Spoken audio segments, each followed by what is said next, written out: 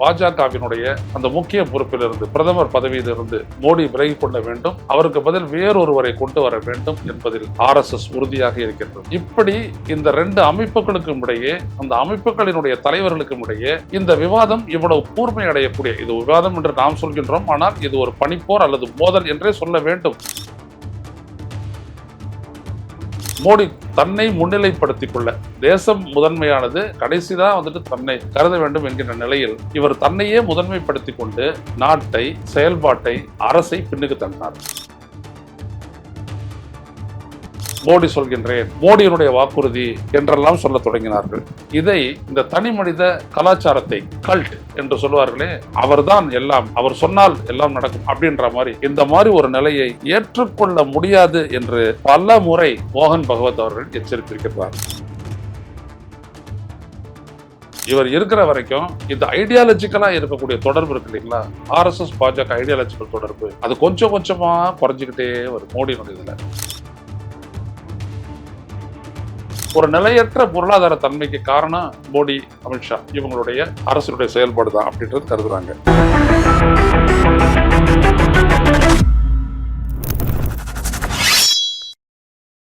வணக்கம் தோழர்களே, ரோச செய்திகளின் வாயிலாக இன்று மீண்டும் உங்களை சந்திப்பதில் பெரும் மகிழ்ச்சி அடைகின்றேன். பொது வாழ்க்கையில் இருப்பவர் 75 ஆண்டுகள் நிறைவடைந்தவுடன் அந்த பொறுப்பை விட்டுவிட்டு விலக வேண்டும் என்று ஏற்கனவே வலியுறுத்தி வந்த RSS தலைவர் மோகன் பகவத் இப்பொழுது அதை கூர்மைப்படுத்தியுள்ளார். அவரும் மோடிக்கும் கிட்டத்தட்ட சம வயதுதான் என்கின்றார்கள். இருவருக்குமே வருகின்ற செப்டம்பர் மாதத்தில் 75 வயது நிறைவடைகிறது. அந்த நிலையில் மற்ற தலைவர்கள் செய்ததை போல முரளி மனோகர் ஜோஷி, அடல் பிஹாரி வாஜ்பாயி, அத்வானி செய்ததை போல பாஜகவினுடைய அந்த முக்கிய பொறுப்பிலிருந்து பிரதமர் பதவியிலிருந்து மோடி விலகிக் கொள்ள வேண்டும், அவருக்கு பதில் வேறொருவரை கொண்டு வர வேண்டும் என்பதில் RSS உறுதியாக இருக்கின்றது. இப்படி இந்த ரெண்டு அமைப்புகளுக்கும் இடையே, அந்த அமைப்புகளினுடைய தலைவர்களுக்கும் இடையே இந்த விவாதம் இவ்வளவு கூர்மை அடையக்கூடிய, இது விவாதம் என்று நாம் சொல்கின்றோம், ஆனால் இது ஒரு பனிப்போர் அல்லது மோதல் என்றே சொல்ல வேண்டும். அப்படி என்றால் அந்த பனிப்போருக்கு, அந்த மோதலுக்கு அடிப்படையாக இருக்கக்கூடிய காரணங்கள் என்ன என்பதை ரோஸ்டர் இணையதளம் ஆராய்ந்தது. இது ரொம்ப முக்கியமானது. அதில் மிக மிக முக்கியமான 5 காரணிகளை இங்கே நாங்கள் எடுத்து உங்களுக்கு சொல்கின்றோம். முதலில், பாரதிய ஜனதா கட்சி தொடங்கப்பட்ட போது 80களில், அது வரைக்கும் அது ஜன்சங் ஜனதா தளத்தோடு இணைந்து அது முடிந்து விட்டது. அதற்கு பிறகு மறுபடியும் பாரதிய ஜனதா பார்ட்டி என்கின்ற BJP என்கின்ற கட்சியாக அது உருவானது. அப்பொழுது அந்த கட்சியினுடைய நோக்கமாக வைத்தது nation first, party next, self last. அதாவது தேசம் முதலானது, கட்சி அடுத்த நிலையில், அடுத்தபடியாக முக்கியத்துவம் வாய்ந்தது, தனி மனிதன் அதற்கு பிறகுதான். இதுதான் அவருடைய நோக்கம். ஆனால் மோடி ஆட்சிக்கு வந்த பிறகு உங்களுக்கு எல்லாருக்கும் தெரியும், மோடியை முதல்ல 2014 தேர்தலுக்கு முன் அவரை RSS தேர்தல் பிரச்சாரத்தினுடைய தலைவராக, அந்த குழுவின் தலைவராகத்தான் நியமிக்கப்பட்டார். அதற்கு பின்னால் RSS பலமாக இருந்தது. அதன் பிறகு அவர் பிரதமர் வேட்பாளராக ஆக்கப்பட்டார். தெரியும், அத்வானி பின்னுக்கு தள்ளப்பட்டார். அப்போ இவர் என்ன செய்யறாரு அப்படின்னம்னா, மோடி தன்னை முன்னிலைப்படுத்திக் கொள்ள, தேசம் முதன்மையானது, கடைசிதான் தன்னை கருத வேண்டும் என்கின்ற நிலையில் இவர் தன்னையே முதன்மைப்படுத்திக் கொண்டு நாட்டை, செயல்பாட்டை, அரசை பின்னுக்கு தள்ளினார். அதுல முக்கியமான ஒன்று, மோடி சொல்கின்றேன், மோடியினுடைய வாக்குறுதி என்றெல்லாம் சொல்ல தொடங்கினார்கள். இதை இந்த தனி மனித கலாச்சாரத்தை, கல்ட் என்று சொல்வார்களே, அவர்தான் எல்லாம், அவர் சொன்னால் எல்லாம் நடக்கும் அப்படின்ற மாதிரி, இந்த மாதிரி ஒரு நிலையை ஏற்றுக்கொள்ள முடியாது என்று பல முறை மோகன் பகவத் அவர்கள் எச்சரித்திருக்கிறார். அவர் அதை பற்றி பேசும் பொழுது அவர் என்ன சொல்லுகின்றார் என்றால், Modi first narrative which has merged BJP saffron ideology. அது என்ன பண்ணுச்சு அப்படின்னம்னா, பாரதிய ஜனதா கட்சியினுடைய அந்த காவி மக கொள்கைக்கு எதிரானது. And even RSS into Modi's persona, எல்லாமே மோடியை தான்.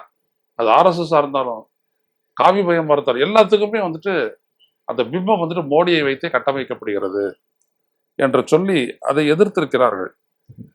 அதை பல இடங்களிலும் ஆர்எஸ்எஸ் முக்கிய தலைவர்கள் கண்டித்திருக்கிறார்கள். இது முதல் காரணம், மோடி தன்னை முதன்மைப்படுத்திக் கொண்டது. அடுத்தபடியாக என்னவென்றால், பாஜகவினுடைய பலமே ஆர்எஸ்எஸ் தான். பாஜக கட்சி, ஆனால் அந்த அந்த பாரதிய ஜனதா கட்சியுடைய வெற்றி, அதனுடைய தேர்தல் பணி, அது எதுவாக இருந்தாலும் சரி, அந்த ஆற்றல் ஆர்எஸ்எஸ் இடமிருந்து தான் அதற்கு அளிக்கப்பட்டது. இந்த ஆர்எஸ்எஸ் இல்லை என்றால் பிஜேபி இல்லை என்கின்ற ஒரு நிலை அது ஆரம்பத்திலிருந்தே அப்படித்தான். ஏனென்றால் ஆர்எஸ்எஸ் அரசியல் நீட்சிதான் பிஜேபி. இப்படித்தான். இப்படிப்பட்ட ஒரு நிலையில் சமீபத்தில் திரு ஜே.பி. நட்டா அவர்கள் சொன்ன ஒன்றை இங்கே நாம் கவனிக்க வேண்டும். 2024ஆம் ஆண்டு தொடக்கத்தில் அவர் என்ன சொன்னார் என்றால், பாரதிய ஜனதா ஒரு திறனற்ற ஒரு நிலையில் இருந்து திறன் பெற்ற ஒரு நிலைக்கு உயர்ந்திருக்கிறது. அதாவது அவர் எப்படி சொல்றாருன்னா, அக்ஷாம் ஆர்எஸ்எஸ் மீது சார்ந்திருக்கக்கூடிய நிலையில் இருந்து தனித்து இயங்கக்கூடிய ஒரு வல்லமையை பாஜக பெற்றுவிட்டது என்று சொன்னார். இது ஆர்எஸ்எஸ்ஐ பொறுத்த வரைக்கும் மிகப்பெரிய அளவுக்கு கடுப்பேற்றி விட்டது. ஏனென்றால் நட்டா இப்படி சொல்றாரு அப்படின்னா அது மோடி அமித்ஷாவுடைய குரல் தான் என்பதை நாம் உணர வேண்டும். அப்போ எங்களை விட நீங்க வளர்ந்துட்டீங்களா அப்படின்ற ஒரு இடம் வந்துட்டு ஆர்எஸ்எஸ் குள்ளேயே ஒரு பெரிய விவாதமாக அது மட்டுமல்ல, இவர் இருக்கிற வரைக்கும் இந்த ஐடியாலஜிக்கலா இருக்கக்கூடிய தொடர்பு இருக்கு இல்லைங்களா, ஆர்எஸ்எஸ் பாஜக ஐடியாலஜிக்கல் தொடர்பு, அது கொஞ்சம் கொஞ்சமா குறைஞ்சிக்கிட்டே வருது மோடியினுடைய இதுல. அது இன்னொரு முக்கியமான காரணம். அதை யோகி ஆதித்யநாத் போன்றவர்கள் மிகவும் உயர்த்தி பிடிக்கிறார்கள். ஏன்னா மோடியினுடைய அரசியல் கார்பரேட் அரசியல், அதுக்கு நம்ம பின்னாடி வருவோம். இது மட்டும் இல்லாம பாஜக கட்சியில வந்துட்டு யாரு முக்கியமான பொறுப்புகளை எல்லாம், கட்சி பொறுப்புகளை எல்லாம் எடுத்துக்கிறாங்க அப்படின்னோம்னா, ஆர்எஸ்எஸ் அமைப்பில் இருந்து திறம்பட செயல்பட்டவர்கள் என்று சொல்லி ஆர்எஸ்எஸ் யாரையெல்லாம் பரிந்துரை செய்கிறதோ அவர்கள்தான் பாஜகவினுடைய முக்கிய பொறுப்புக்கும் வருவார்கள். பாஜக அரசு, இப்பொழுது மோடி அரசு இருக்கிறது என்றால் அந்த அரசினுடைய முக்கிய பொறுப்புகளையும் அவர்கள் தான் ஏற்க வேண்டும். அப்படி ஏற்றவர்கள், உதாரணத்துக்கு நிதின் கட்கரி, இவர்களுக்கெல்லாம் முக்கியத்துவம் கொடுக்கவில்லை. மோடியும் அமித்ஷாவும் அவர்களுக்கு முக்கியத்துவம் கொடுக்கவில்லை. அதே போல மராட்டியத்தை பொறுத்த வரைக்கும் ஆர்எஸ்எஸ் பெரிய செயல்பாட்டலாக இருந்து கட்சிக்கு வந்த தேவேந்திர பட்னாவிஸை ஒதுக்கக்கூடிய ஒரு முயற்சியும் மோடியும் அமித்ஷாவும் பண்ணாங்க. அவர் ரொம்ப போராடிதான் அந்த இடத்தை அவர் தக்க வச்சுக்கிட்டாரு அப்படின்னு ஆர்எஸ்எஸ் கருது. அது மட்டுமல்ல, ஆர்எஸ்எஸோட சம்பந்தம் இல்லாதவங்க, வெளியாட்கள்னு சொல்லுவாங்க இல்லையா, அந்த மாதிரி அவுட் சைடர்ஸ், அவங்க தான் வந்துட்டு காங்கிரஸ் வந்து ஹிமந்தா பிஸ்வா சர்மா, இல்ல இன்னொருத்தர் ரயில்வே அமைச்சராக இருக்காரு அஸ்வினி வைஷ்ணவ், இவங்கெல்லாம் ஆர்எஸ்எஸ் வேரில் இருந்து வந்தவர்கள் கிடையாது. இங்க இருக்கக்கூடிய அண்ணாமலையை போன்று.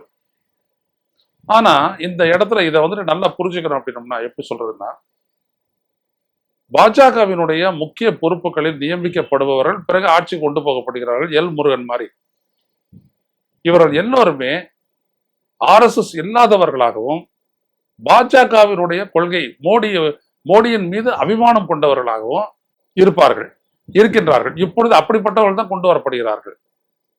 ஆர்எஸ்எஸ் அந்த வேர், அந்த அந்த அந்த தொடர்பு அற்றவர்கள் தான் இவ்வாறு சேர்க்கப்பட்டிருக்கிறார்கள். இதை ஆர்எஸ்எஸ் ஏற்றுக்கொள்ளவில்லை. அப்புறம் நீங்க பாத்தீங்கன்னா பிஜேபியை பொறுத்த வரைக்கும் இன்னைக்கு இந்திய அளவில் அது பெரிய ஒரு ஊழல் கட்சி அப்படின்னு தான் ஆர்எஸ்எஸ் கருதுது, மக்கள் கருதுறாங்க. உதாரணத்துக்கு வந்துட்டு பாத்தீங்கன்னா, இந்த கட்சிக்கு நிதி வாங்கின ஒரு விஷயம், எலக்டோரல் பாண்ட்ஸ் போன்ற பல விடயங்களில் பாஜக ஒரு கரப்ட் பார்ட்டின்றது மக்கள் மத்தியில போயிடுச்சு.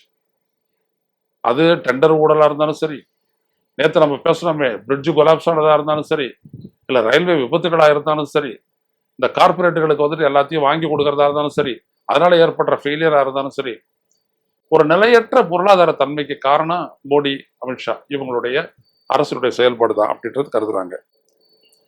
அதை மட்டுமல்லாமல் மோடியினுடைய இந்த செல்வாக்கு நாளுக்கு நாள் குறைந்து கொண்டு வருகிறது என்பதை ஆர்எஸ்எஸ் உணர்ந்திருக்கிறது.